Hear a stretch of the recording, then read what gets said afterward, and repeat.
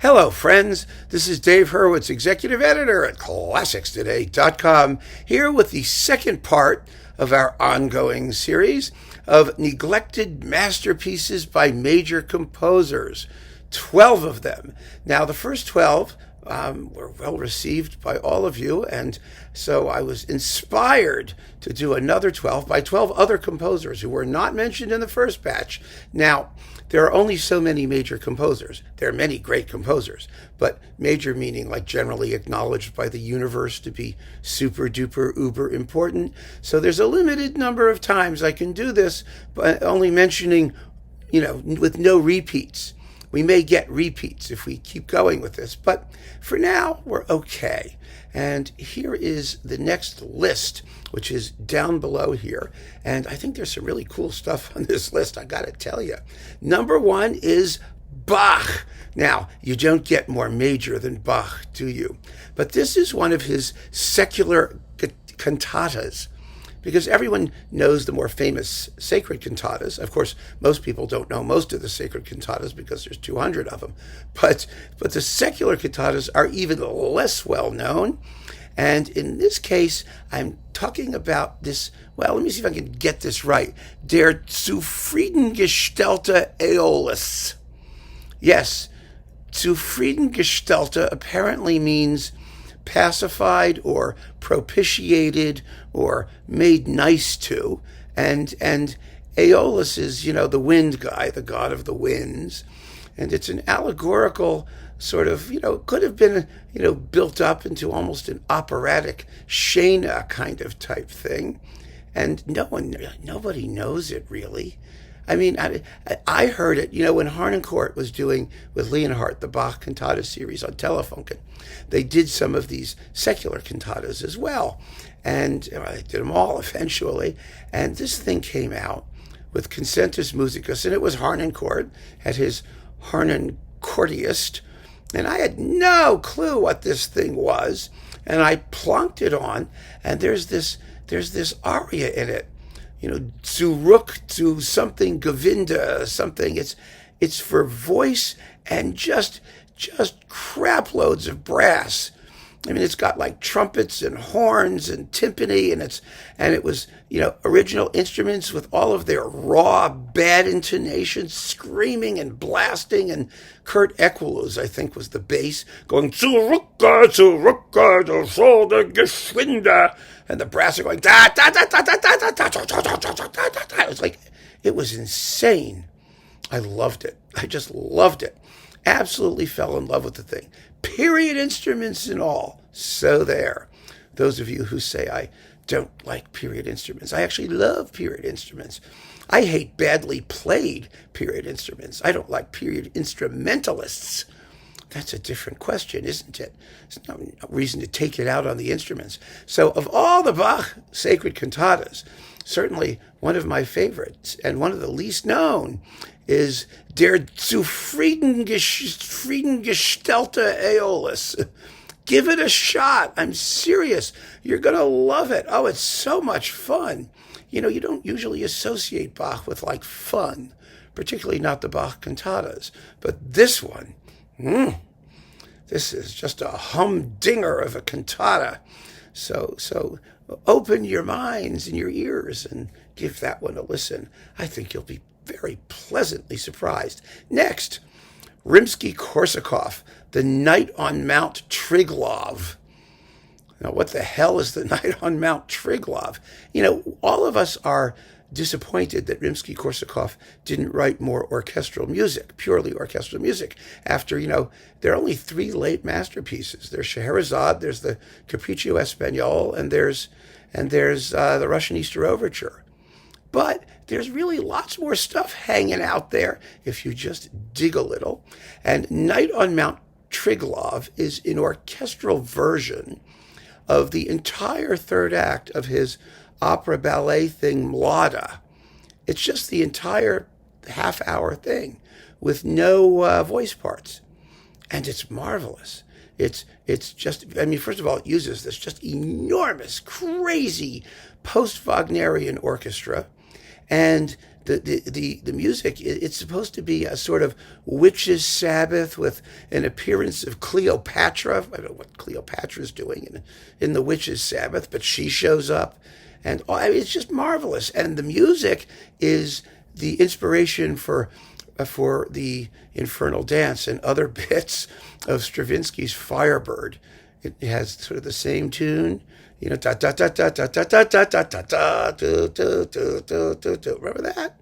Well, that's in A Night on Mount Triglav, actually, because Stravinsky quite shrewdly understood that nobody in France in 1910-ish, when he wrote the Firebird, would know anything about this Rimsky-Korsakov stuff. But of course he knew it because he was in Russia and Rimsky was his teacher. And I think if you're looking for some really interesting, different, big, serious Rimsky-Korsakov orchestral extravaganza, try The Night on Mount Triglav. It will surprise you. It's really fun stuff. And obviously, Rimsky-Korsakov cared about it enormously because he took the trouble to make this separate arrangement of it. So, yeah, definitely cool. After that, Ravel, the duo sonata for violin and cello. Now, Ravel is not normally known as a chamber music composer, but he wrote wonderful chamber music, not a lot of it, a handful of pieces. There's the violin sonata, there's the piano trio, there's the string quartet, and there's this. And there's some little pieces, but this is, it's one of those, indescribable, undefinable pieces. It's just for violin and cello. It doesn't give you a chance to orchestrate, Ravel orchestrates with a big orchestra, but oh my, what a fascinating and lovely work. It's like, Kodai's sonata for solo cello, and, there's some of these strange little chamber pieces that you encounter along the way as fillers to things and all that. But Ravel's chamber works are they're just as beautiful and exquisitely crafted as anything else that he wrote. They're not based on prior existing piano works. They're original. And this little sonata for violin and cello is really an amazing piece of music. And it shows just as keen an ear for sonority and texture and as anything Ravel wrote. I think you should give it a shot. You might be very, very pleasantly surprised. After that, number 3, Smetana, Wallenstein's Lager, Wallenstein's Camp. Now Smetana, of course, is famous as the symphonic poetist who did Ma Vlast, and that's his major work, along with the string quartet from My Life and The Barter Bride, and the rest of the stuff is operas. But he actually wrote a bunch of previous symphonic poems, and they're wonderful pieces. They are squarely in the Liszt tradition of symphonic poems, but they're really contemporary with Liszt, and they were quite revolutionary in their day. And because they're not based on Czech nationalist subjects, no one pays any attention to them. And it's such a pity. They're really good symphonic poems. They're wonderful works. One of you pointed that out, actually. We were talking about some other things, and this came up. So I am delighted to recommend that you give a shot at Smetana's other symphonic poems, of which probably the best of them is Wallenstein's Lager, Wallenstein's Camp. It's one of those military, battle things. And we love military battle things because they're big and they're grand and they're noisy and there's a lyrical central interlude, and it does all the things that pushes all the right tone poem buttons from mid-19th century tone poemness. And so, yeah, Wallenstein, whatever you want to call it, Wallenstein's cool. Go for it. So there's Wallenstein. Then Wagner. What could we do by Wagner that's an unknown masterpiece? There's a lot of unknown Wagner, but it's not a masterpiece. Ugh, blah, poo. No, this is really a good work. A Faust Overture. People tend to forget that Wagner wrote a Faust piece. It was an early work. It was from, I think, the late 1830s, early 1840s, and most early Wagner, as we all know, is just crap. It's horrible. It's Wagner's genius was that he extricated himself from the mire, the mud, the swamp of his earlier musical inspiration, because Wagner began as a bad composer of French and Italian stuff. And he only very gradually emerged from the muck of his own creation. There was nothing wrong with French and Italian music. Wagner hated it because he was really bad at it. And it wasn't until he started doing his own thing that he became good at something. But the Faust Overture is a conservative, very solid and enjoyable piece of turbulent, Sturm und Drang-ish German symphonic music. It deserves to be played once in a while, aside from bleeding sniglets from the operas. Quite a lovely work, very, very surprising and apt to its subject. I think it is a good work because of the subject, frankly, because Wagner obviously took Faust and Goethe and all of that stuff very seriously. And so he wrote something that he cared about. And there you go. The Faust Overture. I was very surprised to encounter it back in the day because, who knew, right? So there you go. Bruckner next. Bruckner's String Quintet. Now, Bruckner wrote a string quartet, also an early work that is completely faceless and devoid of any kind of musical substance. But the string quintet dates from around the time of the Seventh Symphony. And, Bruckner writing a string quintet is kind of a weird concept because Bruckner's sort of sonic predilections tended to run to larger than chamber music forces, shall we say. And there are moments in this string quartet, it is quite funny, like the very end, the coda of the whole work, where it's trying to do the coda to the first movement of the Seventh Symphony, and that doesn't really go too well on a string quintet. But by and large, he respects the chamber music proportion of the whole. There's a gorgeous adagio, because it's Bruckner, who always wrote gorgeous adagios. There really are dead spots. It moves quite well. It's not absurdly long. It's like 40, 45 minutes or something like that. It's reasonable length. And there's two versions of it. Of course there are, because it's Bruckner. He actually redid the coda to the finale a couple times, realizing that a string quartet can only make so much noise. You can only do so much with it to build up some huge chorale-like peroration. But if you like Bruckner, and so many people seem to, whether they understand it or not, or understand why they like it, I'm not sure, but they say they do. If you're really serious, really serious, then you're going to listen to the string quintet. You're going to show that you have a feeling for something other than huge brass-laden climaxes or quasi-spiritual musings. It's just a beautiful piece of late Romantic chamber music, really quite lovely, and it deserves more attention than it gets. But it's a singleton work by a weird composer who certainly was not known for chamber music. All the more reason to listen to it. So after Bruckner, when we were doing my talk on Schubert's last 2 years, that ideal list, I mentioned the Mass Number 6, which is an exquisite work, a beautiful, beautiful work that occasioned a particularly stupid comment from somebody. It was this weird thing about how because Schubert left out some of the text in the credo, as most composers do, or often do, he was somehow some sort of blaspheming apostate, and I was an avatar of Satan for having recommended listening to this piece that left out some words of the Mass because I thought that was a good thing. It's not a good thing or a bad thing. It's just a thing. It's just what Schubert did. Gosh, it was weird. It was so much fun to just delete that person permanently. Anyway, so it just goes to show in the classical music business that even the most innocent remarks and the most positive recommendation of the most glorious music can get some psycho to come at you for some reason. It was so weird. Anyway, besides Mass Number 6, there are 6 more. So if you like number 6, why not do number 5? In some ways, this is Schubert's most disturbing Mass. It's the one that has, in some ways, the most harmonic interest, the greatest depth of expression, maybe. I don't know. It's a toss-up between them. But they're both great, great, great works. And if you listen to the 6th because of that first list and you found it as beautiful as I suggested that it was, you're going to love the 5th.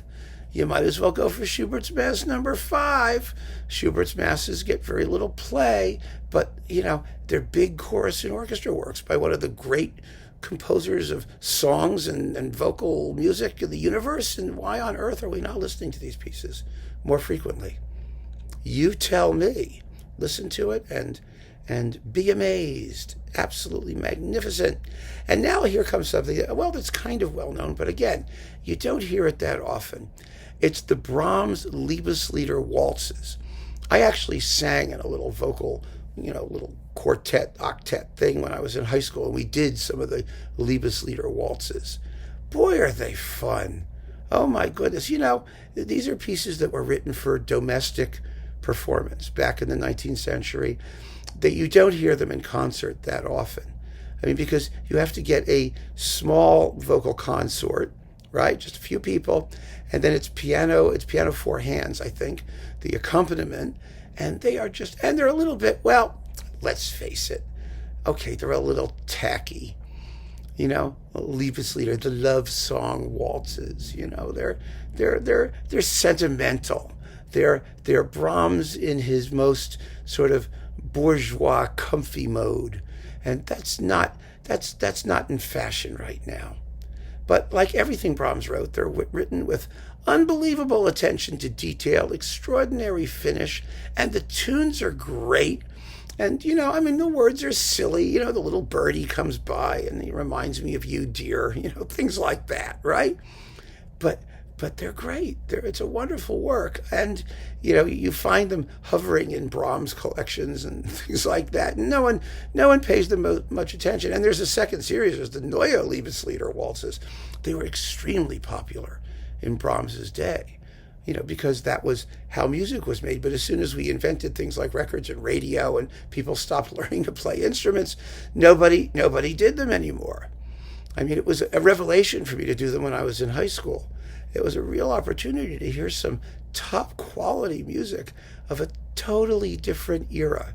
And when you listen to them, you really do feel that you're being drawn into this sort of, warm, middle class, 19th century German, domestic environment where everyone just, sat around and swilled beer and ate Wurstchen and sang Liebeslieder waltzes, instead of watching TV. It's kind of terrific. It really is. It's wonderful works, beautiful works that deserve your attention. I really think so. Now, here's a work I have mentioned before, but I did a little talk on them, and I want to mention them again because I can't recommend them too strongly. It's Haydn's 24 Minuets. Now, the 24 Minuets, this is Hoboken 9, which is dance music, number 16. Haydn, like all of the classical composers, Mozart and Beethoven, wrote a lot of dance music that was actually danced. These minuets, I am not entirely sure, could have been danced because they don't fit the normal dance patterns of minuets. I tend to think that this totally surprising and extraordinary sequence of 24 minuets is a concert work designed to be performed as such, even though it's in very small bits. They last, some of them, less than a minute, some of them up to about 2 minutes. They're very short, but the whole work plays for about 45 minutes, and it's really the apotheosis of the dance minuet concept, even though it's more than that. They're beautifully scored for a fairly large orchestra. You've got piccolos and percussion and stuff in them. The tunes are great. They're amazing pieces. And, it's like everything with Haydn. He never wrote a dull note. And these are late works. These are from, the 1790s after he returned from his London sojourns. And so it's a masterpiece. A really extraordinary masterpiece. It's like the Dvorak Slavonic dances or the Brahms Hungarian dances or any of those things. It's a much bigger and more serious collection of dances than we find from Mozart or Beethoven in their surviving dance music, because most of it didn't survive. Most of it was used and thrown away. like some of the Bach cantatas. It was only written for a specific occasion, and the composers didn't take it that seriously. But I get the sense that Haydn really did. There's tremendous craftsmanship in these pieces, and they're very, very carefully grouped and arranged, really a kind of an anomalous piece of music. One of those oddities that you encounter once in a while. But when a great composer does something that's really sort of off the beaten path, you often have, a miracle. And the 24 minuets are pretty amazing. They really are. So you might want to go watch the video I did about those, but think about them as well. We have 3 to go. After that, we're up to number 10. And number 10 is Handel's sort of serenata cantata thing, Aminta e Fillide, which is one of those, it's one of those Greek, Arcadian things, mythological nymphs and shepherds hopping around. It doesn't matter what they do. It also has the title Arresta il passo, or stop, or hang out, or wait a minute. Anyway, that's not the point. It is these pieces, these early Handel pieces that he wrote when he was in Italy. Some of them were just for continuo and voice. This one, some of the larger ones, are for small instrumental ensembles, harpsichord, strings, and an occasional woodwind or something like that. But they're seriously large pieces. I mean, this thing lasts 40, 50 minutes. I don't know. It's a big chunk. It's like one act of a Baroque opera, basically. And you've got recitatives and da capo arias. But the important thing about these wonderful early Italian works is that they were Handel's treasure chest. They were the source of so much material that he used and reused and reused later. And this particular work, Aminta e Fillide, contains a number of arias that pop up in later works. Now, I know you're not going to go running around listening to everything Handel wrote vocally, of which there's 30 billion hours, to hear something repeated. But it's just that the tunes are so good. And they're the things that came to sort of characterize Handel's mature style. For example, Aminta e Fillide has Bella Fiamma. Bella fiamma, fiamma bella, which became ogni vento, or whatever, venti, or whatever it is, in Agrippina. And then it showed up, the same tune or the same ritornello popped up half a dozen times in later works by Handel in its original or altered form. It's an amazing tune. It's da-da-dum bum ba dum, ya-da-dum bum ba dum, yum ba-da-da-da-dum ba-da-da-da-dum bum bum ba, yum ba-da-da-da-dum ba-da-da-da-dum bum bum ba. It's a piece of merry-go-round music. It's carousel music is what it is. But it has strange phrase lengths, and it's a little bit tricky, and it's just a great tune, and you get to hear it for the first time in all of its pristine freshness in this particular cantata / serenata / whatever the heck it's called. So I recommend, I've done a talk about a box set of these early Italian works, which are masterpieces. Handel was a genius from day one.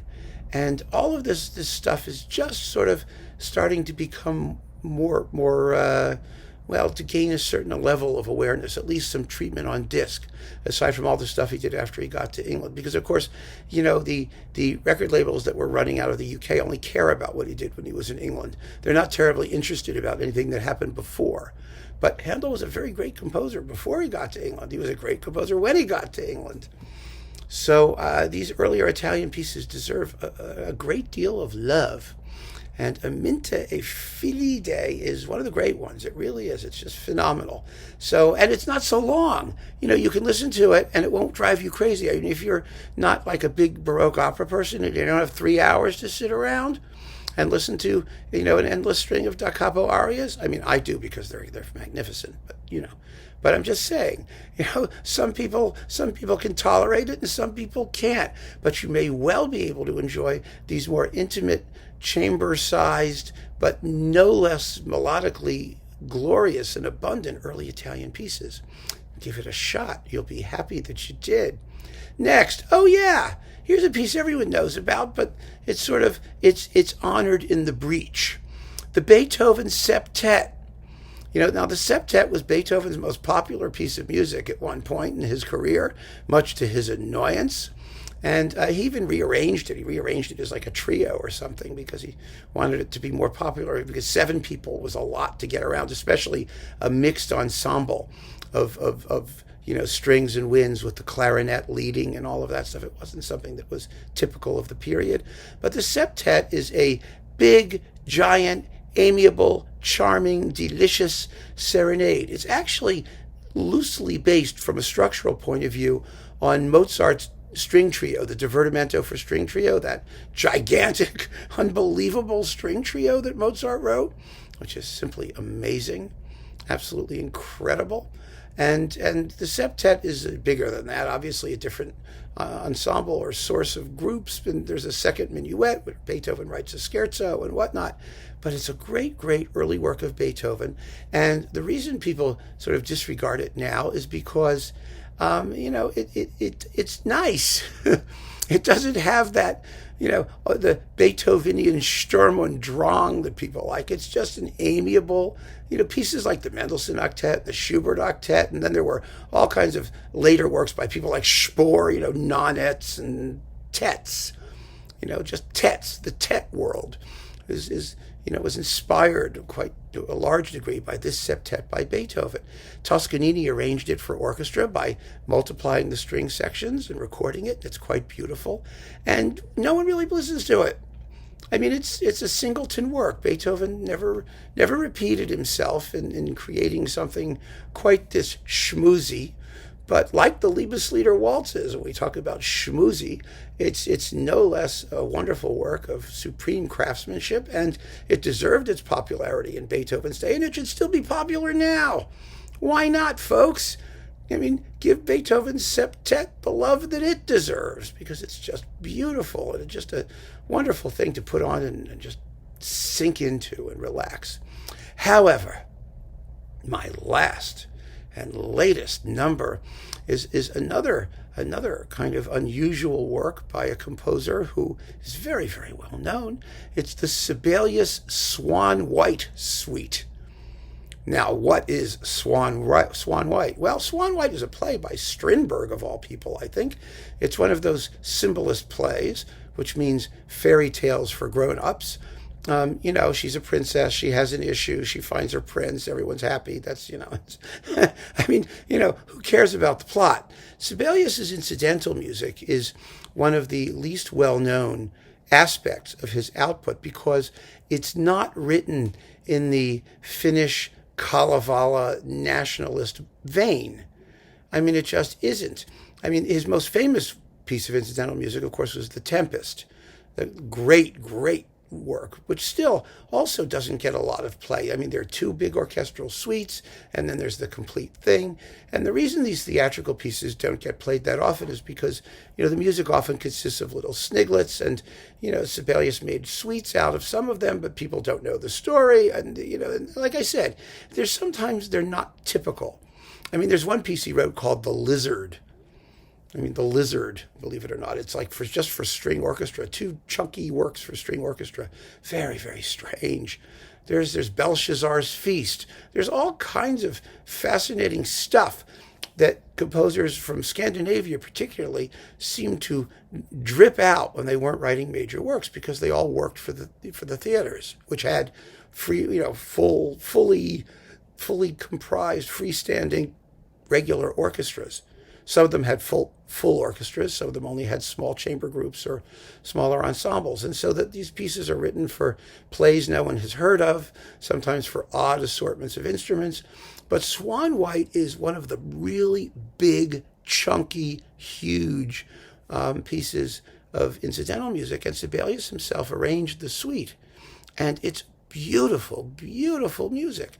I mean, if you like Pelléas and Melisande, Sibelius's Pelléas, everyone did a Pelléas and Melisande, but Sibelius's Pelléas and Melisande suite, you're going to like Swan White. Swan White's actually bigger. It's a little beefier. a little bit more substantive maybe in some of its movements, but it's just as atmospheric and it's melodically gorgeous. Really, really a beautiful work. And I don't know anybody who talks about Swan White. I mean, sometimes you hear about, like, aside from Peleus and Melisande, you hear about King Christian. And of course, everyone does the Corelia suite because it's based on a Finnish story, more or less. But there's lots and lots of Sibelius that's not a symphony and not a tone poem. And it's not ethnic national. I mean, because, like King Christian, it's got like Spanish music in it. Some of it depended on the story, it depended on the plot. But Sibelius was a very adaptable composer and wrote amazing music for the theater. And I think the least known and greatest of all of those works is the Swan White Suite. And I really recommend that you go give it a listen. You're going to be very pleasantly surprised.